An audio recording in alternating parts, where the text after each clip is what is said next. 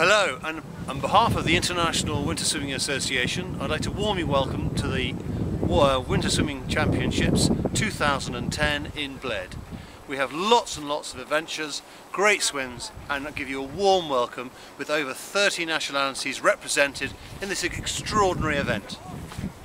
Sydämellisesti tervetuloa talviuinnin maailmanmestaruuskilpailuihin Slovenian Blediin. Luvassa on upea viikonloppu, kestävyysuinteja, rintauinteja, vapaa-uinteja, viestejä. Meillä on tulossa yli 700 kilpailijaa. Suomalaisia on uimaan tulossa liki 400, joten kaikki suomalaiset talviuimarit olette lämpimästi tervetulleita tammikuun viimeisenä viikonloppuna Slovenian Blediin. Добро пожаловать всех моржей, любителей зимнего плавания на очередной чемпионат мира, который состоится в прекрасном городе Блед, Словения, с 22 по 24 января. Всем sportsmenam и моржам добро пожаловать!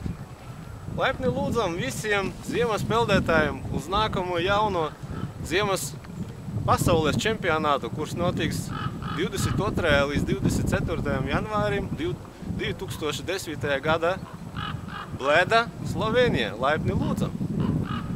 Yes. Ja vesi on, kuten näette, upeaa. Bledin järven vesi on pehmeää ja lämpötila vedessä on noin 3 astetta. Tänä päivänä täällä on pakkasasteita 16 ja toivomme, että tammikuun 22-24.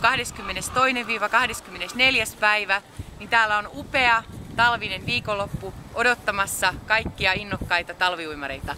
Ja me uimme kylmissä vesissä, koska se on niin terveellistä. We swim in the cold waters because it's very good for our health. Agreed? Absolutely, agreed. Welcome! Welcome.